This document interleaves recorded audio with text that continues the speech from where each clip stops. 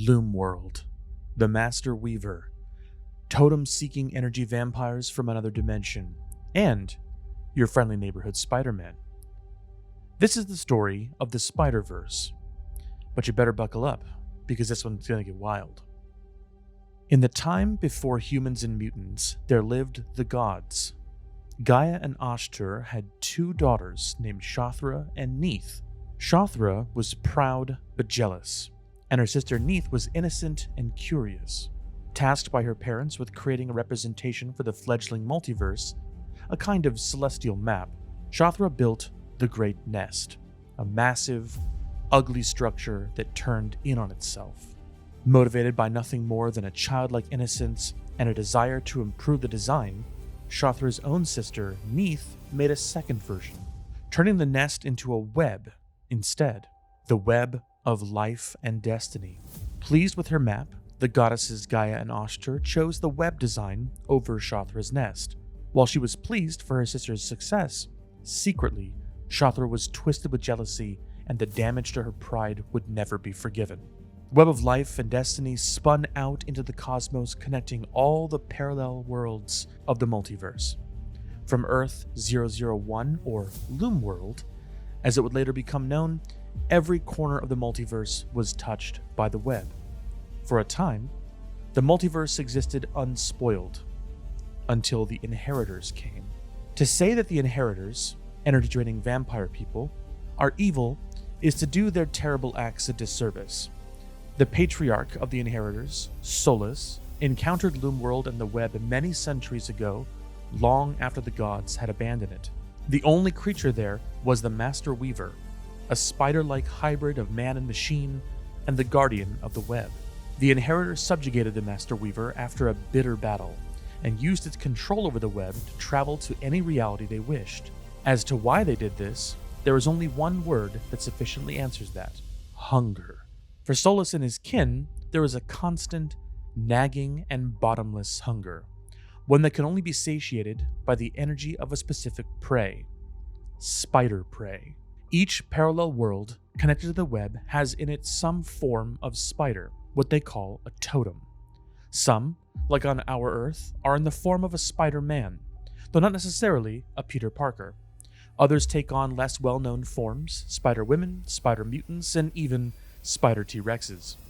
Every world has some kind of spider totem that draws their powers from the web. This is the most delicious food an inheritor can consume, one they will spend centuries hunting to extinction if given the chance. It was these hungry monsters who now had unchecked access to all of the multiverse.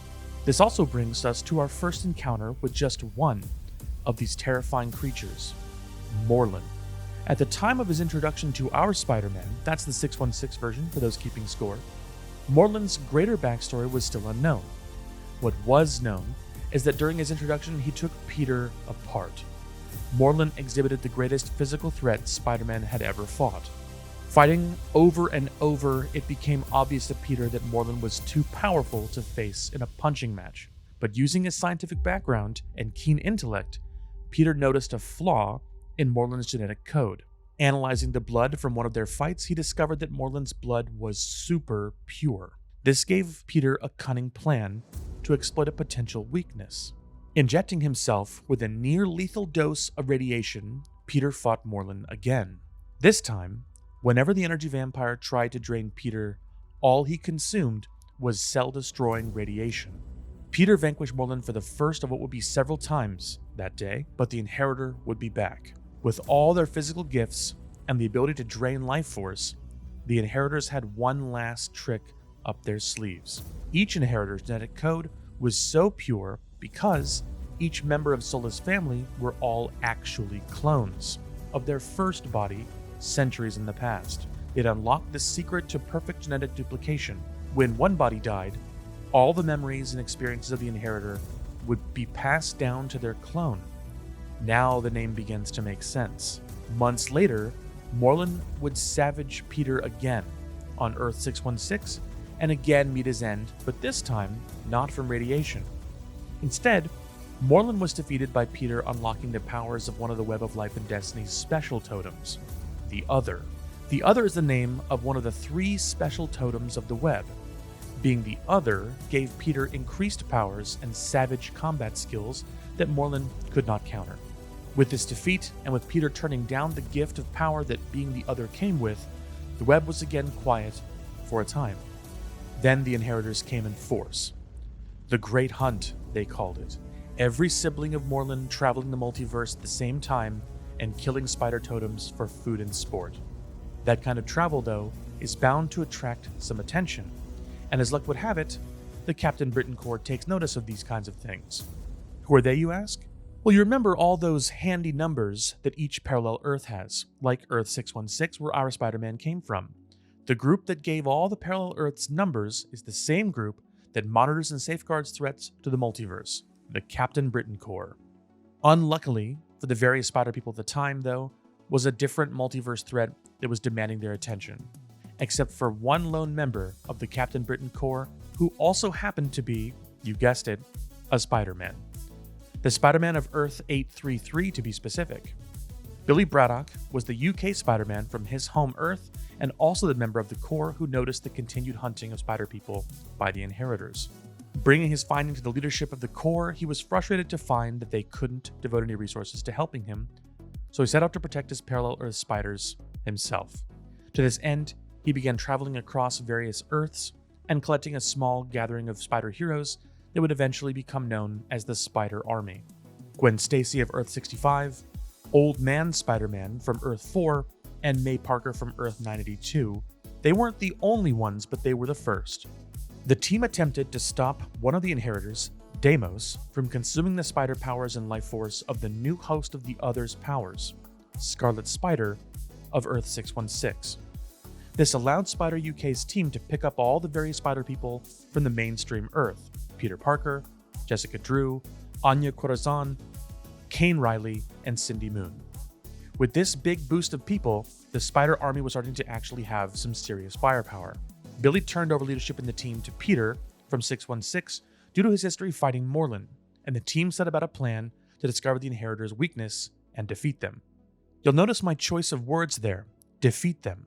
Remember that Spider-Man doesn't kill, and while some of his multiversal selves might kill their enemies, a fairly consistent trait amongst the parallel Earths is spider people are heroes much more often than villains. This desire to defeat the Inheritors but not kill them led the group into conflict with the rival spider army led by the Superior Spider-Man, aka Dr. Octopus, in Peter's body. Superior Spider-Man had found parallel Earths where Spider-Man was much less strict in his moral code, and they wanted to end the Inheritor threat in the most effective way, by killing them. Eventually, the conflict between the various spider groups led the heroes back to Loom World, the very heart of the web of life and destiny, and there, the final battle played out. Morlun versus Peter Parker, Solus versus the Other in the body of Kane Riley.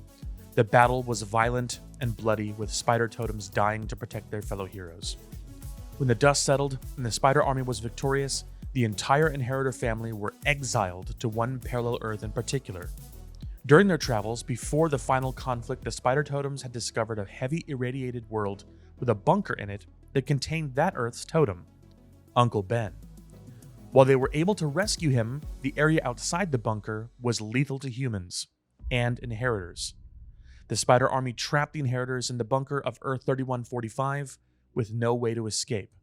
Satisfied with their victory, one Inheritor remained, Karn, the black sheep of the Inheritor family. Exiled by Solus centuries ago for failures of the past, Karn wasn't like the other Inheritors. While he had fed on spider totems in the past, he wanted to make amends for his family's transgressions, cosmically as well as morally, and so he took up the position as the new Master Weaver after the previous one had been slain during the climax of the battle. And so the surviving spider people went their separate ways. With the threat of the Inheritors ended and the web of life and destiny protected, the multiverse would know peace. But peace doesn't last, and one thing we know about cornered and caged animals is that if you poke them, they bite.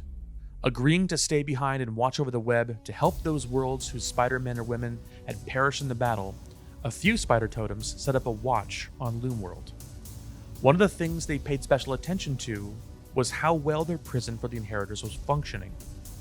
Unfortunately for the multiverse, and sending tiny robots to view the inside of the bunker and ensure the inheritors were still trapped, they'd been sending the desperate and starving inheritors what they needed to contact a new cloning facility that had been set up using their technology. The inheritors were reborn on Earth 616 and began again their hunt for spider energy and power. Again, the battle was joined between Spider Army and Inheritor, and again the debate was had. Do we kill them or simply re-imprison them? This time, though, Peter Parker was not in the lead of the Spider Army, as he was being hunted with intensity by Morlun himself. Choosing to stay and battle Morlun, he trusted Miles Morales to lead the Spider Army in his stead.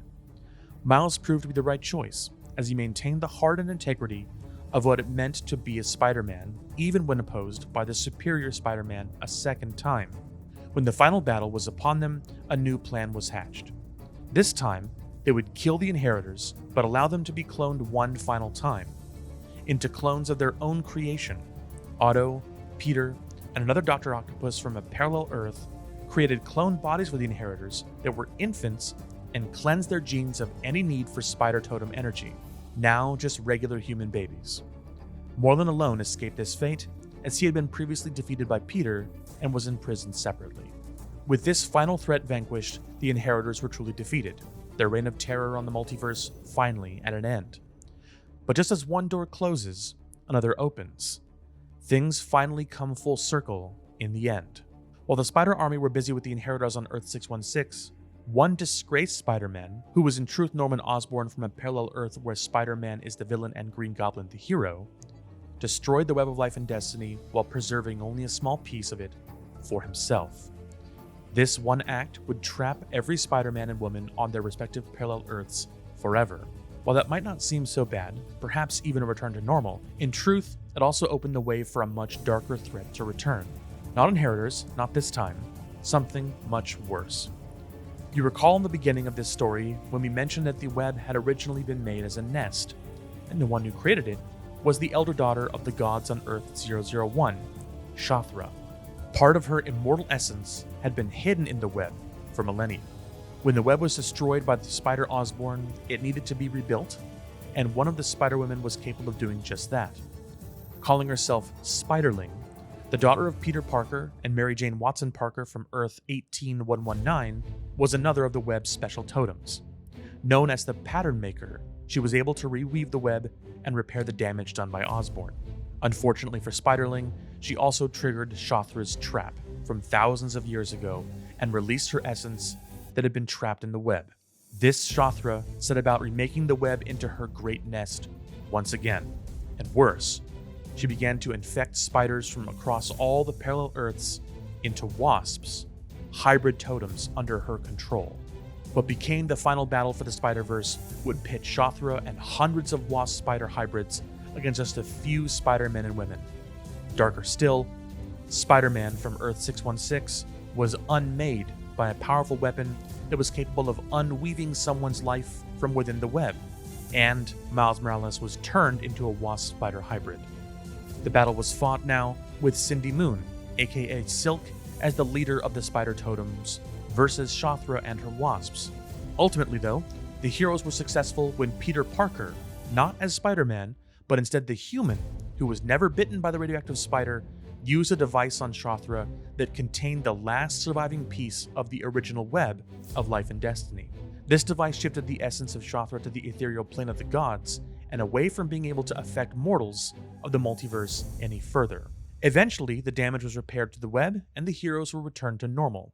I do wonder though, with Shathra defeated and Morlun the only surviving inheritor, is the web truly safe from threats on a multiversal scale?